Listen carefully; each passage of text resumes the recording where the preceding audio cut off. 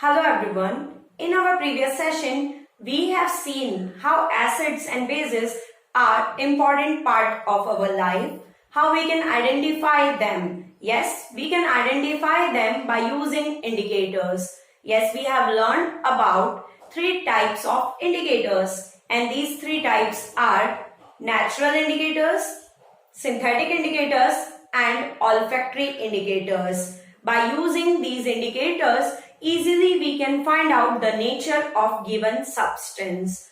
In previous session, we learned about physical properties of acids and bases. In this session, we will learn chemical properties of acids and bases. But before that, let's have a quick revision of physical properties of acids and bases. Acids, they are sour in taste, while base, they are bitter in taste. Acids, they turns blue litmus to red, while base turn red litmus to blue. If we use synthetic indicator phenolphthalein, it remains colorless in acid while it turns pink in base. Methyl orange, another synthetic indicator, it turns red in acidic medium, while in basic medium it turns yellow.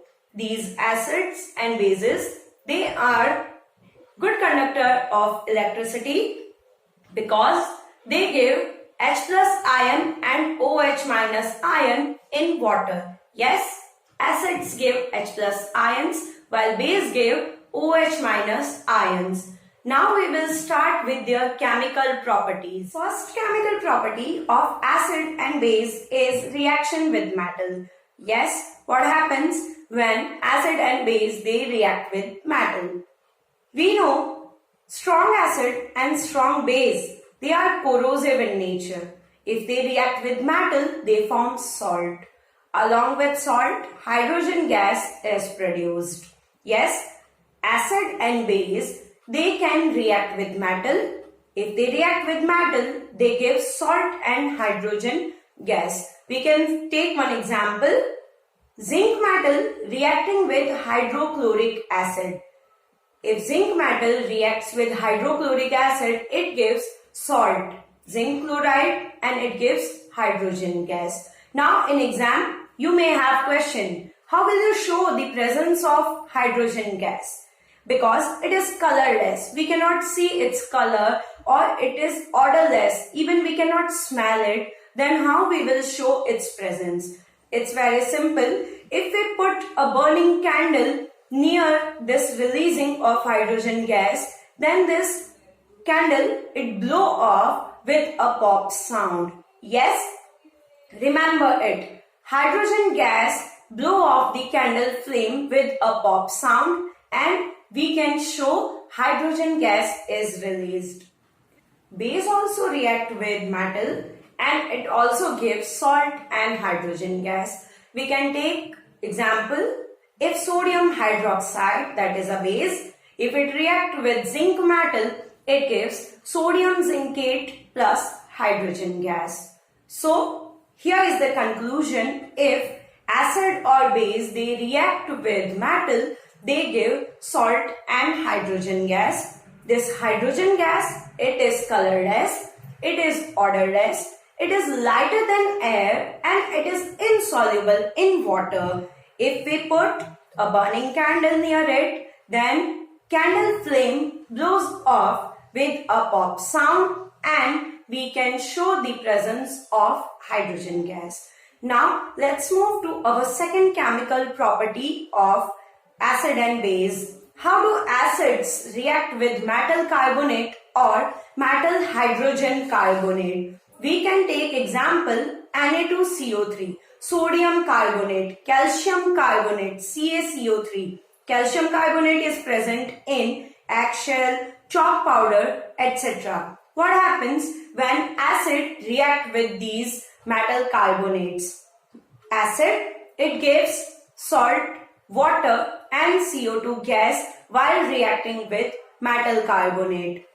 This CO2, it is also colorless and odorless. Again, you may have question, how will you show the presence of CO2 gas? And that is also very simple. We can use lime water. Yes, by using lime water, we can show the presence of CO2. What happens? How it shows the presence? When we pass CO2 gas through lime water, then lime water turns milky. If lime water turns milky, it shows the presence of CO2 gas. Wait, if we keep passing CO2 gas through lime water, then it becomes colorless. Why so? Because it produces calcium hydrogen carbonate, and that calcium hydrogen carbonate is water soluble substance. If we pass CO2 through lime water, it produces calcium carbonate, which is insoluble in water, and because of that we see white precipitate or we see milky white precipitates. But if we keep passing CO2 for a long time, then these precipitates disappears, because calcium carbonate, it converts into calcium hydrogen carbonate, and calcium hydrogen carbonate is water soluble, so we cannot see PPT. Have you ever been stung by honeybee? Bee sting leaves an acid that causes pain and irritation. If you use a mild base like baking soda, that gives relief. Why so? Because acid and base, they can nullify each other's effect. Yes, that is our third chemical property. What happens when acid and base react together? Acid and base, when they react together, they form salt and water. We can take one common example. If acid HCl react with base NaOH, it gives NaCl and water. NaCl is a salt, so the products are salt plus water. This is example of neutralization reaction. Now, fourth chemical property. If acid react with metal oxides, what happens when acid reacts with metal oxides? You know well, metal oxides are basic in nature. So if acid react with them, obviously it will give salt and water. Yes, salt and water will be product if metal oxides are reacting with acid.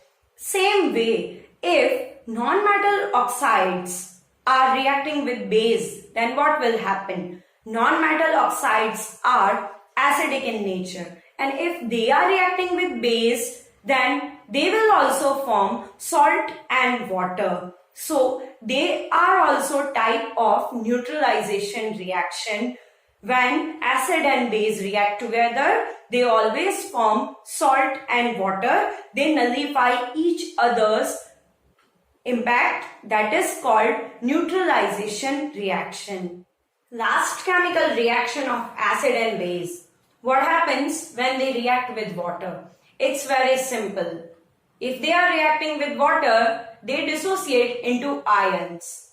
Acid give H plus ions, hydrogen ions, while base, it gives hydroxide ion, OH minus.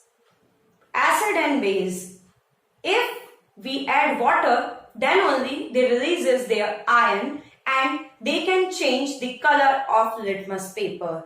Yes, if we use dry HCl gas, means water is not present, then it cannot release H plus ions, and due to the absence of H plus ions, blue litmus doesn't turn into red litmus. Same with base.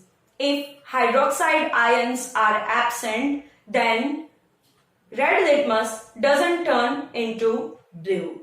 Because of presence of these ions, acid and base, they shows their property in aqueous solution. You need to remember this thing.